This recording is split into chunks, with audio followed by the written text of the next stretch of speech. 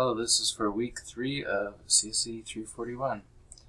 So I was able to crud all the contacts. So we'll start with reading them all.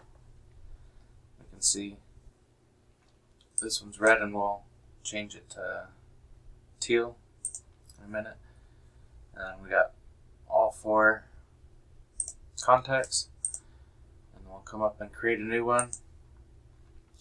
And it says it's true, so then let's read it and see. It showed up right there.